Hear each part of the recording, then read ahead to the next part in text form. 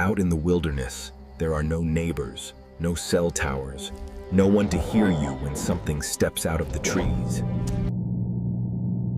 I was camping alone on a remote trail about an hour north of Fairbanks, Alaska, right along the edge of the White Mountains.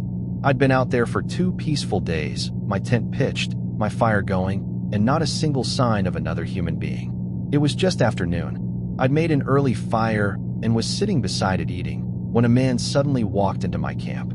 He scared the hell out of me. 2 days of absolute silence.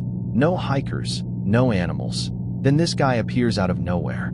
I didn't hear footsteps, didn't hear branches snapping, nothing. It was like he materialized out of the trees. He looked normal enough. Backpack, gear, friendly expression. He asked if I knew where the public cabin was. I had never been to it, but I did know most trails around here had tiny public shelters, old wooden shacks people could use if they needed a place to rest. I had noticed a thin side trail nearby, weaving into the woods. I figured it led to one of those cabins, so I pointed him toward it. He thanked me and disappeared down the path. I thought nothing more of it and spent the rest of the day soaking in the peace. It was my last night before heading back. Around 9 or 10 p.m., the Alaskan sun sat low on the horizon, lighting the forest in that eerie half-light where it's dark, but never fully night. That's when I saw someone walking toward me from the trees. It was the same man. He said he never found the shelter and wanted me to show him the trail. I thought it was strange. If he'd gotten lost, why had he been gone for hours? And why hadn't he doubled back sooner? I tried explaining again where it was, but he insisted, almost guilt-tripping me, saying he needed the shelter because he didn't bring a tent. Against my better judgment, I agreed to lead him. It was only a short walk. We walked in silence. The air felt heavier, wrong somehow. But after about 10 minutes, I found the trail exactly where I remembered it. And far down the path, through the trees, I could actually see the shelter. There was no possible way he could have missed it. We walked closer. Instead of being relieved, the man said, completely flat, "This isn't the right cabin." I didn't understand what he meant. We walked all the way up to it. Broken windows, rotting wood, barely standing. Most of those public shelters looked rough, but this one looked abandoned for years. I turned to tell him that's all there was, and he was standing several feet behind me, holding a knife. His face was stiff. His eyes were empty. In a monotone voice, he told me to go inside. I asked him what he was doing, but he only repeated it, emotionless. "Go in the cabin." A cold wave went through me. I realized stepping into that shelter would be the worst mistake of my life. There was still distance between us, so I dropped my bag and ran. I expected to hear him chasing me, but there was nothing. When I finally looked back, he was still standing there, staring at me with the knife in his hand. I hid in the forest for about 30 minutes before sneaking back toward the shelter. He was gone. So was my bag. Everything I needed, phone, wallet, keys, gone. I hurried back toward my campsite, and my heart froze. My fire was burning again. It should have burned out hours ago. My tent was still standing. The woods were silent, and my bag was sitting in the middle of the campsite. Every instinct screamed that it was a trap, but before I could decide whether to go for it, the man stepped out from the shadows behind the fire, calmly, casually, humming to himself as he tossed more sticks onto the flame and sat down. He was waiting for me. I turned and ran through the forest until I found the main trail and didn't stop until I reached the road. Hours later, a passing car stopped and helped me call the police. By morning, rangers checked the area. There was nothing. My bag was gone. My campsite was erased. Firestones scattered into the forest, like someone wanted to erase every trace I'd ever been there. They told me the cabin was discontinued. No rangers serviced it anymore. For months I couldn't shake the thought.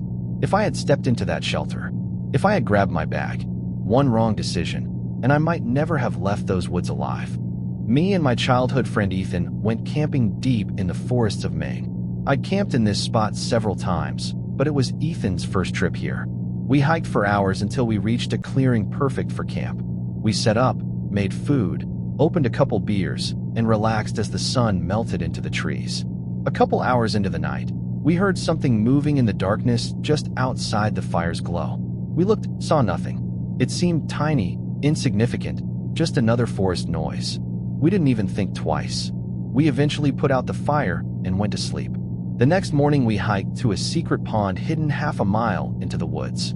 No trails lead to it, so almost nobody knows it exists.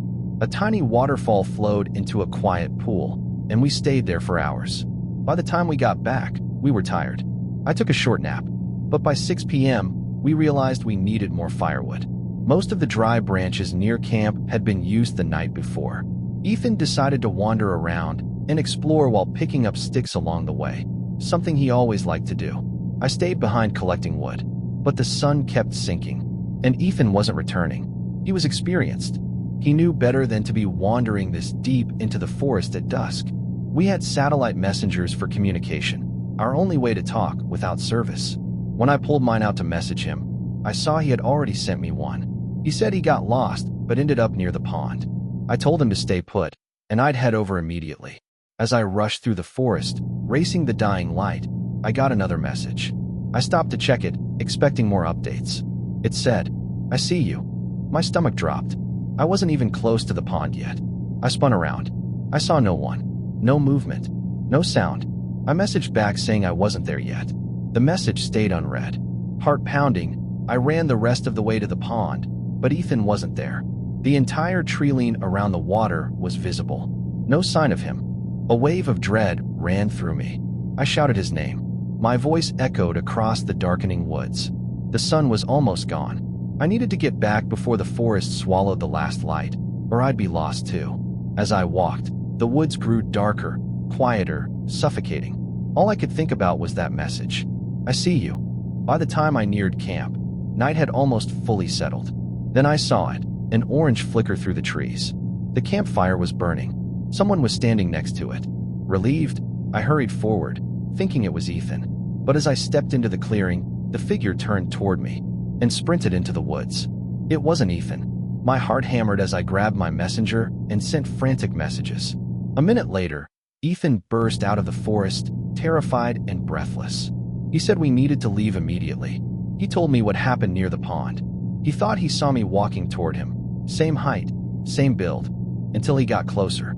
The man didn't speak, didn't respond, just kept walking toward Ethan with a strange, unnatural smile stretching across his face. Something was wrong with him, wrong in a way Ethan couldn't describe. Uncanny, off, like he wasn't normal. Ethan panicked and ran. He got lost again before spotting the fire and heading toward it. We packed everything we could and left immediately, hiking in the dark with adrenaline pushing us forward. When we got home, everything clicked. The noises outside our tent the first night. The figure pretending to be me. The way he kept getting close, without saying a word. Someone had been watching us from the moment we arrived. Out there in the dark, some people never make it back, and those who do carry their nightmares forever.